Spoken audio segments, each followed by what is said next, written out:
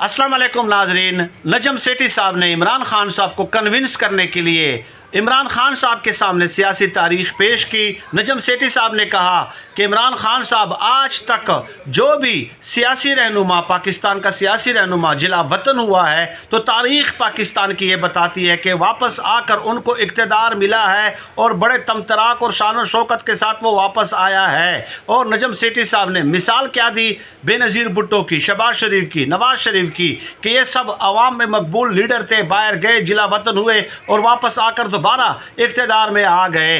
लेकिन इमरान खान साहब ने उनका ये मशवरा मुस्तरद कर दिया और कहा कि वो बेनज़ीर भुट्टो थी, वो शहबाज शरीफ और नवाज शरीफ थे, मैं इमरान खान साहब हूँ और मैं ये साबित करना चाहता हूँ कि मैं इनसे मुख्तलिफ हूँ, मैं डट के मुकाबला करूँगा।